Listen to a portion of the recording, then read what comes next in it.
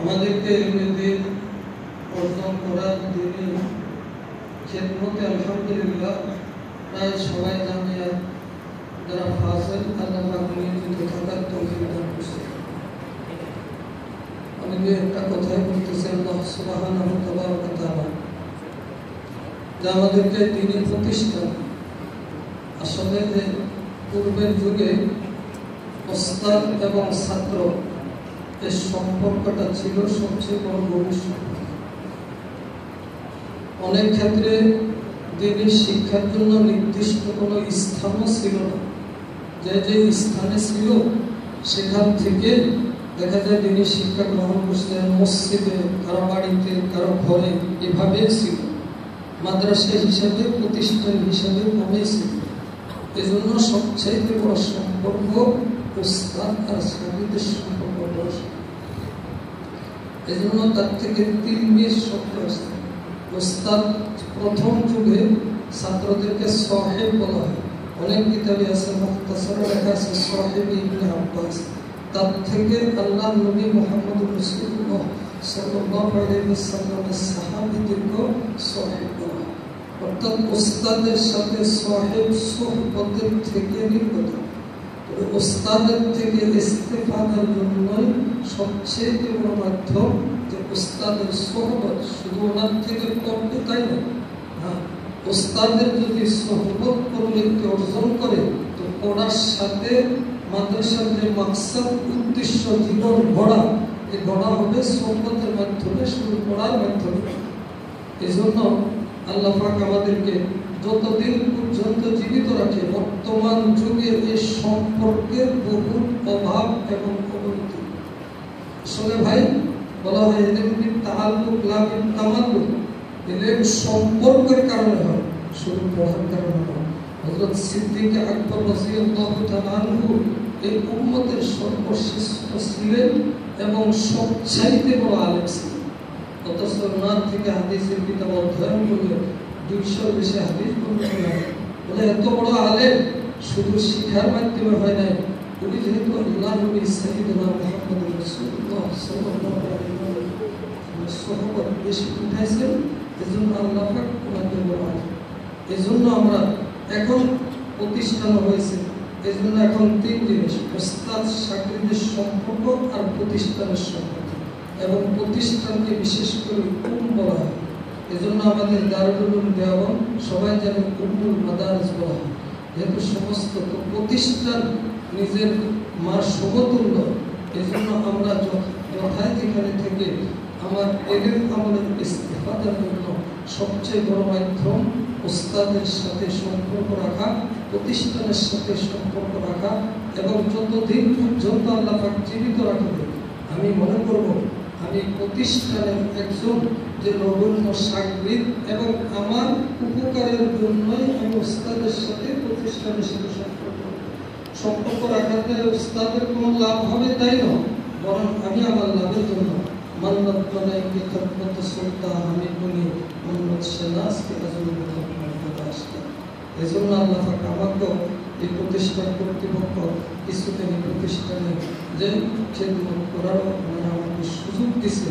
এই জন্য আমি মৃত্যু পর্যন্ত বাস্তবিক দিন থেকে এখনো দোয়া করি ওনাদের শুকরিয়া আদায় করার মতো আমার সেই সুযোগ না। এখন আল্লাহ পাকের হুকুম, আল্লাহ পাক যতদিন পর্যন্ত আল্লাহ পাকের ফয়সালা ছিল সেটা আল্লাহ পাকের হুকুম। এখন আল্লাহ পাক এটাও জামিয়া ইব্রাহিমের একটা ফসল হিসাবে জামিয়া ফয়জিয়া আল্লাহ পাক করার তৌফিক দান করছে। এর সাথে আমাদের সাথে এটাও জামিয়া ইব্রাহিমের একটা ফসল হিসাবে আমি মনে করি। আমাদের যারা আসতে যায় তারা আছে, তারাও জামিয়া ইব্রাহিমের। এজন্য যে আল্লাহ পাক যেন আমাদের জামিয়া ফয়জিয়াকে আল্লাহ পাক যেন কবুল করেন ইনশাআল্লাহ, এবং মৃত্যু পর্যন্ত সবার কাছে দোয়া চাই।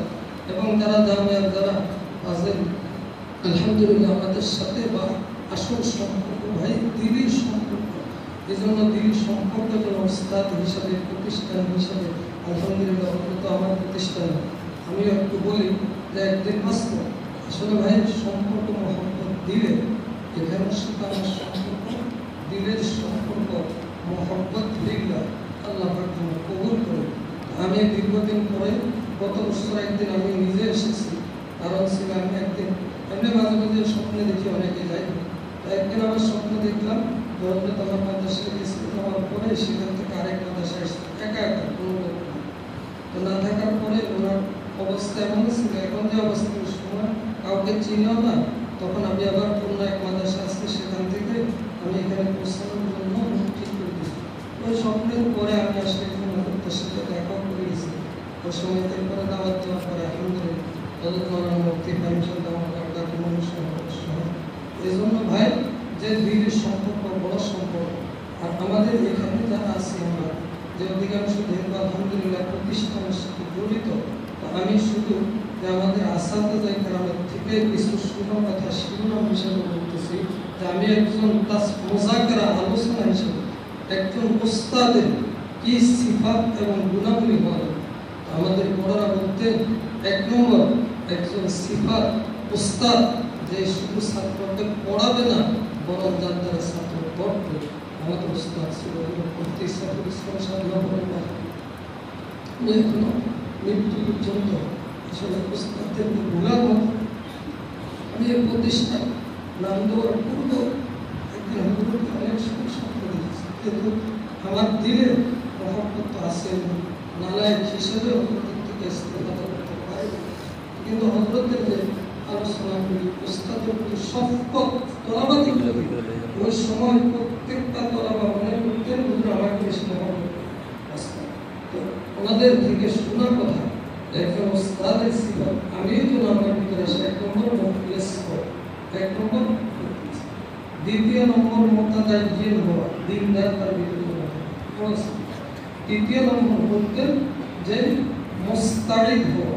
অনেকের ভিতরে খিলাস আছে, দিনদারিও আছে, কিন্তু ইস্তেদাদ না, ওদের ধরার ছাত্র বলবে না যে যে বিষয় পড়া ওই বিষয়ে ইস্তেদাদ, হেফজখানায় পড়া হেফজখানায় ইস্তেদাদ, নিয়মিত পড়ায় ইস্তেদাদ।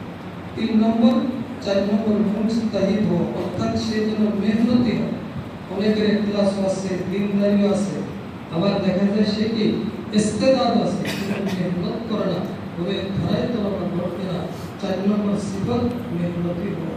5 নম্বর বলতে হবে মুশফিক, একজন তলাবাদের প্রতি শফকত এবং দয়া, তবে সে যদি তলাবাদেরকে শাসন করে তখন সে শফকতের সাথে করে, তলাবাদের সাথে যদি তাদেরকে কোনো সময় যে কঠোরতা বলে তখন ওই মহব্বত নিয়ে বসে, তার কসম ওই মহব্বত নিয়ে, আর যদি ইখলাসের সাথে শফকত নিয়ে শাসন করে তলাবাদের দিলে আসর করে, এর দ্বারা তার জিন্দেগি পরিবর্তন হয়।